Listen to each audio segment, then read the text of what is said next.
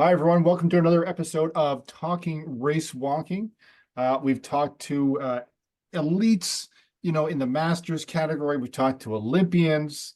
We've talked to those people just starting to race walk. And in that category, I guess, is the two guests I have on today.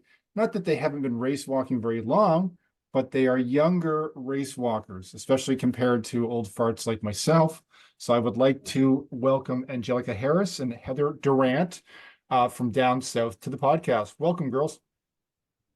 Hello. Hi. Excellent. So this is a new podcast, and I've been trying to talk to race walkers of all different ages and all different perspectives. So I jumped at the chance to talk to two younger race walkers who could give their perspective on, finding the sport, why you guys race walk, what it's like for you as younger race walkers. So first of all, I guess I will start with introducing you guys a little bit, and then you can tell the folks about who you really are. So Angelica and Heather are 19-year-old, if I'm guessing that right. Is it 19 or we had you up in 20? I'm 18 years old. 18, And okay. yeah, I'm almost 19. Okay, so we're 18, edging up on 19, from the US, very talented young walkers. And are you both now at a training camp, are you not? Yeah. Yeah, we are in San Diego, California. Excellent. And they're making me jealous because it's sunny and there's a palm tree actually in the picture between the two of them. And it is -10 where I am right now. So very, very nice training opportunity. So Angelica, both you guys, Angelica and Heather, you're both very accomplished race walkers. I have done my background research, and both of you are quite quick. You've both also had a sort of taste of international competition. So for the folks listening out there, Angelica, you're what, a 10K national champion last year. You've been to the World Athletics Under 20 championships. You've been to the World Athletics Race Walking Team Championships in 2022. And you've got some impressive PBs. So these might be out of date, but you can tell me. But either way, they sound quite fast. The 5,000 meters, 24:06. 10,000, 49:29. Those are quick times. And over to Heather, who I also found out is a twin, who also Yeah. your twin also race walks. So, and she is just as fast and had a taste of international competition as well. Silver medalist at the Pan American Under 20 Championships, gold at the U.S. Under 20 Championships. You've been to the Penn Relays, the Millrose Games. I do believe you were named High School Race Walker of the Year this year. And as well, very impressive times, 5,000, 23:27, 10,000, 48:40, a 15. No, that's a running time. So I'm going to go to your 5,000. So those are definitely running times. Okay, so the mile race walk is 6:56. And it does have her PB for 1,500 as 4:50, but I'm guessing that's your running PB. It's not my PB for running, but that is one of my running ones. I bet you're faster than that actually running. So Yeah. so welcome to the both of you. Now that everybody's heard sort of how quick you are and sort of a little bit about what you've done, one of the first questions I'm going to ask you is, in this day and age, where Usain Bolt is, one of the big heroes, and everybody likes the fast track events, and it's extreme sports. How did you fall into race walking, this niche little sort of wiggling, fairly not well understood sport? So, either one of you, Angelica or Heather, whoever wants to go first, how did you find this sport? You want me to go first? Okay. So I first started running on the Elgin Sharks track team when I was 7 years old. Um, Never really I saw race walking, never really wanted to be a part of it because I was a runner. Didn't really I thought it looked kind of interesting how people move their legs. But long story short, about my twin sister, she started 2 years before me. Then she started race walking. The coach came up to me and asked me like, hey, you should start start race walking. And I'm like, I'm not sure. I don't know if I'd be fit for that. And then a couple years passed. Then I was about 12 years old, and there was one indoor meet. I remember it was like in Chicago, somewhere in Illinois. And I was like, Coach, I want to try race walking. So I came to my first practice. It was in a mall. You wouldn't think you would train in a mall, but we trained in a mall at the moment because it was winter, and I had no idea what I was doing.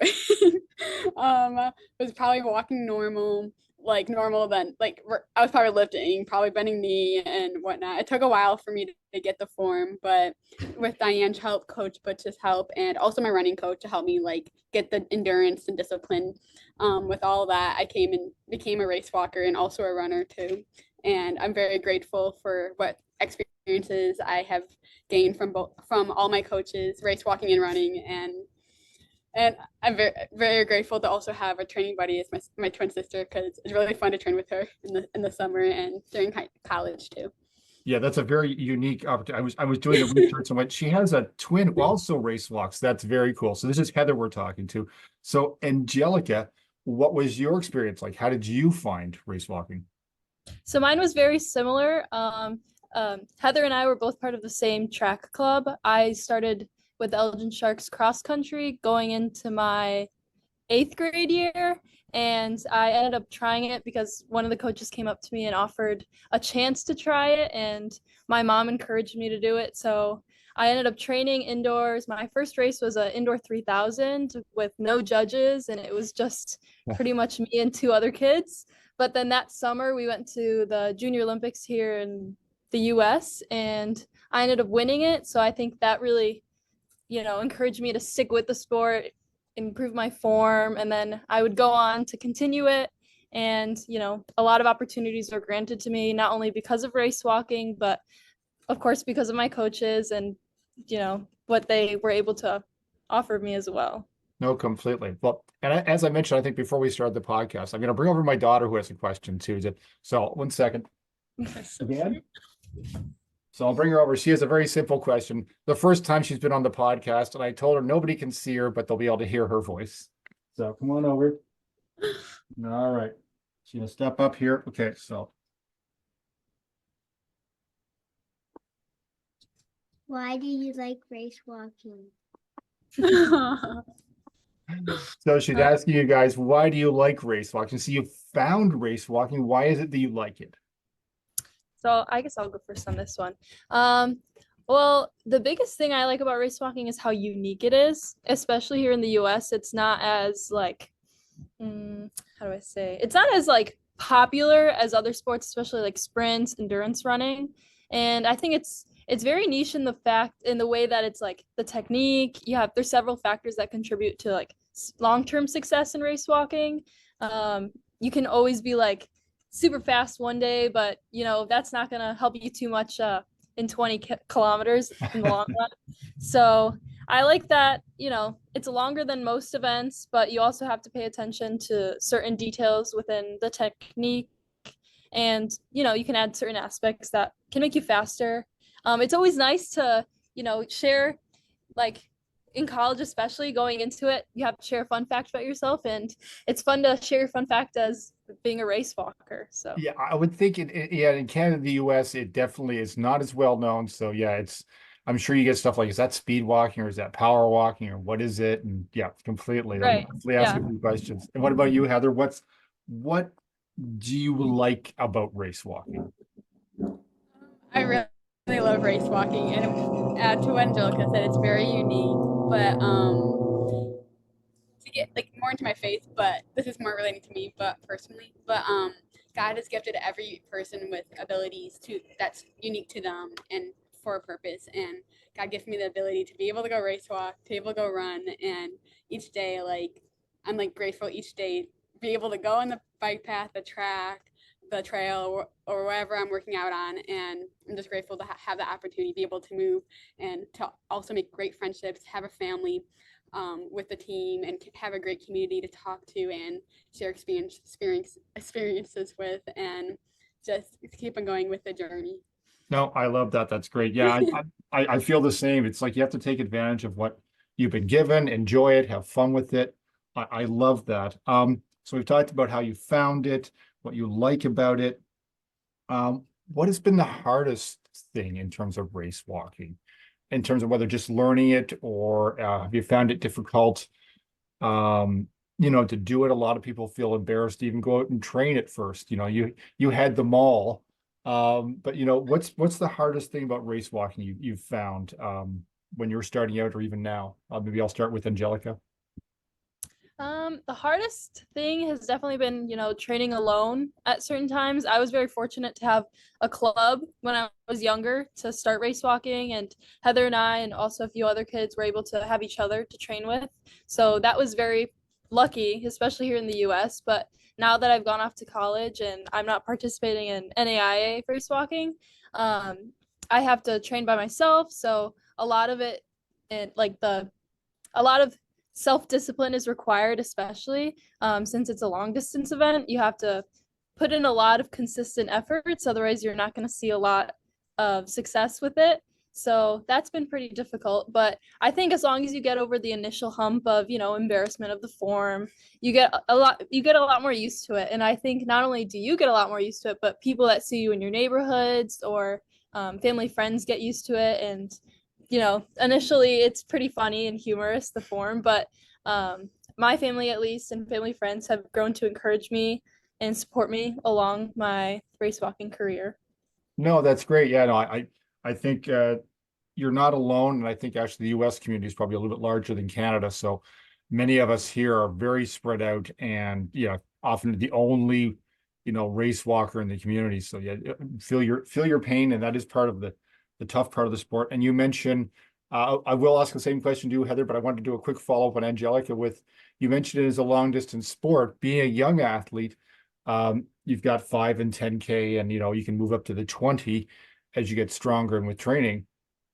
What do you think about the current state of race walking now, where it used to be, a long distance sport where there was a 35 and a 50? And I think maybe even the 35 might be in question now because it's not in any Olympic schedule. So what do you think of the future of race walking now? Or Yeah, are you quite content with the 20K for now? it's pretty difficult to say right now, but I think currently, like within my training, I haven't looked too far ahead. Not like definitely not to the 35. I have looked into the 20K. I've definitely been preparing for that. But it's hard to see the sport diminish in a way where what it's known for, like with the 50K and the 35K, it's known to be like a gruesome long distance event. And with the changes, that has been kind of taken away, but I don't think it necessarily completely changes our sport entirely. I think you have to adapt to these changes, and in some ways it could be more beneficial to some race walkers, but it could definitely be harmful to race walkers that were preparing for the 50K their entire career, and then all of a sudden there's this change. Yeah, no, we completely hear it. Our Canadian Evan Dunphy had to make the jump from 50 to 20. He's managed to do it quite well, but yeah, I think for a lot of people it was quite the blow. And Heather, what about yourself? Same question to you. What do you think is the hardest part? I'll probably same thing with like training if I ever training alone, because as a runner, like experience background, like you can go on a run every day, be able to run with someone, but race walking every day, there's not always that partner you can always like train with. But we have me and Angelica and my sister and our teammates, like we had that group, like we got together like once a week, and it's been harder. We can't really do that during college, of course, but being on a college team, I've been able to train with other athletes, maybe not being able to race walk with them as much, but at least have that running buddy. And then sometimes having a running buddy beside me when I'm race walking, that's really helped. But just maybe like mentally getting through some races, like if it's a longer walk and you're training by yourself, like sometimes that can be mentally hard, but if you put your mind to it, you can overcome any of it if you have the right mindset. So just making sure your mindset's in the right spot is a really good like key to like training and racing, I feel like. No, that's good, and I agree. And I think about too. It's funny. I've been a runner for a very long time. Well, yeah, I'm old, but I'm running for. I mean, I've run everything: track, road, I've done ultra marathons, everything. But what I found was going to race walking, what was funny was I was relatively uh gifted runner. And when I went to race walking, I got to go out with people that I wouldn't normally run with because they would be too slow for me to run with. But now when I go for race walking training, I can occasionally team up with a runner who would be slower than me when I would normally run. So yeah, I find it interesting as well. So I often don't find other race walkers, but I do find so like, medium, the average paced runner that I can go out with now. So yeah, it is interesting. So I won't hold you guys back too long. It looks really nice there, and it's killing me to watch all the sun. But I do have a couple of questions left. It's seriously cold here. What advice would you have for those people, those youngsters, um, that would like to try race walking or have never heard of it? Because I'm sure you guys know that if there's a club nearby or somebody it's easy to kind of jump in. But for a lot of kids, they may not know anyone that race walks or they've never heard of it. And in a lot of school programs, there's not even a race walking category in some school competitions. So what would your advice be for young race walkers who go, yeah, that'd be kind of cool. I want to be the next, Robin Stevens, or I want to be the next Evan Dunphy. What's the advice would you have? And I'm going to throw it to Heather this time first. Okay. Some advice I'd give to like younger, even older, like people that want to start race walking is first maybe look up some videos, see what it looks like, and maybe go out on the road, try a little bit of it, maybe read a book about it. There are some books out there, and then maybe put some videos in slow motion, see how like they go heel toe, and like how like the form kind of like drives, and then try to reach out to like other communities with like race walking, like Diane or like Tim or Rachel Seaman, or just someone like some people in the US. It could be either in Canada or just somewhere. Just like reach out to any race walkers that you can find on social media, because this world's really big with social media nowadays. So there's a lot of platforms I feel like people can reach out on and learn more about the sport, and maybe watch some races, or yeah, just help the like that. I feel like that could like help encourage them to maybe start learning the sport, or to get more informed about it. No, completely. I definitely agree. I think as an older race walker, I had the same thing. I was like, where do I go? And like you said, I think YouTube's a great resource. There's stuff, racewalk.com, racewalking.org. There's Jeff Salvage, Dave McGovern's on there, Ian Watley's on YouTube. These are all folks. Kermit Jakinski's got videos. I keep mentioning those names just because anybody hears them. Hopefully they can Google it. And your coach you've mentioned, Diane, can you mention her full name as well, just in case people want to all of a sudden Google or write a name? Who is your coach, Heather? Diane Graham Henry. Excellent. And you also mentioned the Canadian connection we have down there. So the duo of Tim Seaman and Rachel Seaman, Tim is probably one of the best U.S. race walkers that they've ever had. Amazing walker, now coach, who happened to marry a Canadian. Lucky him. So she went down south, and Rachel is a Olympian, amazing person. And I do believe she's probably hiding not far from the laptop you guys are at there right now. So I'm being good, but she's an amazing person. We've had a few good chats. So now it's the same question for you, Angelica. What advice would you have? And it has to be different than Heather's. Would you have for young walkers? Yeah, so with our track club, Belgian Sharks, we have a big group of race walkers recently, and a lot of them are younger and upcoming. So I get a lot of questions about form, but for the people that wouldn't necessarily have that opportunity to train with a group, I would most likely say to just be patient with learning form and technique. To some, it can come naturally, and to others, you might have to work a little bit harder, especially since not everyone's form looks the same, or, everyone looks pretty different. So I would say just be patient with learning the technique, and, be an open book and take in as much information as you can. And like Heather was saying, don't be afraid to reach out. When I was younger and just starting race walking, I actually reached out to Taylor Ewert when she was race walking. So you have to be willing to reach out and try to get information, what you put into it, you're going to get out of race walking. So just try to get as much information as you can and put that into your training and your technique, but don't be too like upset if you're not getting it right away, because for some it does take longer. No, that's great advice, and I agree. As a long-term runner first, it was very difficult for me because it's runners tend to be no brains. We just kind of like you put the medal down and you just run. You're in try. You know what I mean? I never really thought about running other than running harder and longer. And with race walking, it's a little difficult because the technique really defines sometimes how quickly you can go and how legally you can go. So you can't often go as fast as you want to. So yeah, it's a little bit of a different game. So thank you for that, guys. I've got one last question before I let you go. Get back to your training. So today is Saturday. So do you have another day of training, or is it a week-long camp you guys are at? One more day of training. Okay, excellent. Been here Okay, for a week, so tomorrow is nice. our last day here. Yeah. Excellent. All right. So the last question is, who inspires you? Who do you look up to?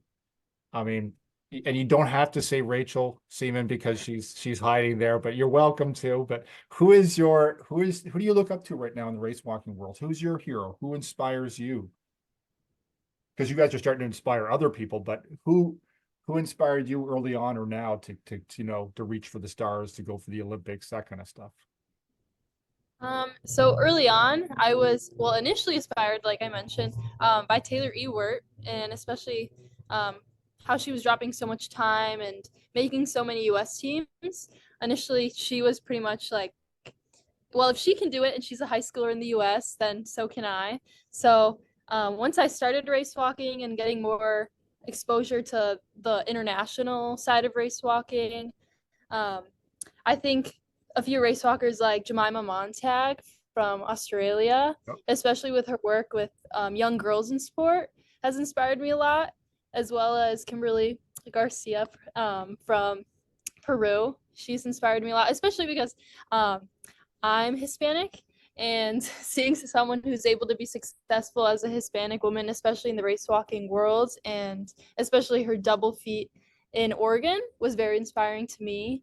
So those are two race walkers that I am definitely inspired by. But you find inspiration not only from other race walkers who are being successful, but race walkers who train with you. So a lot of the kids that I train with inspire me a lot. Like, I'll give him a shout out. David Durrant. He is always working hard in practice, is always next to me, and we're encouraging each other to work hard and hit the times that we want to see.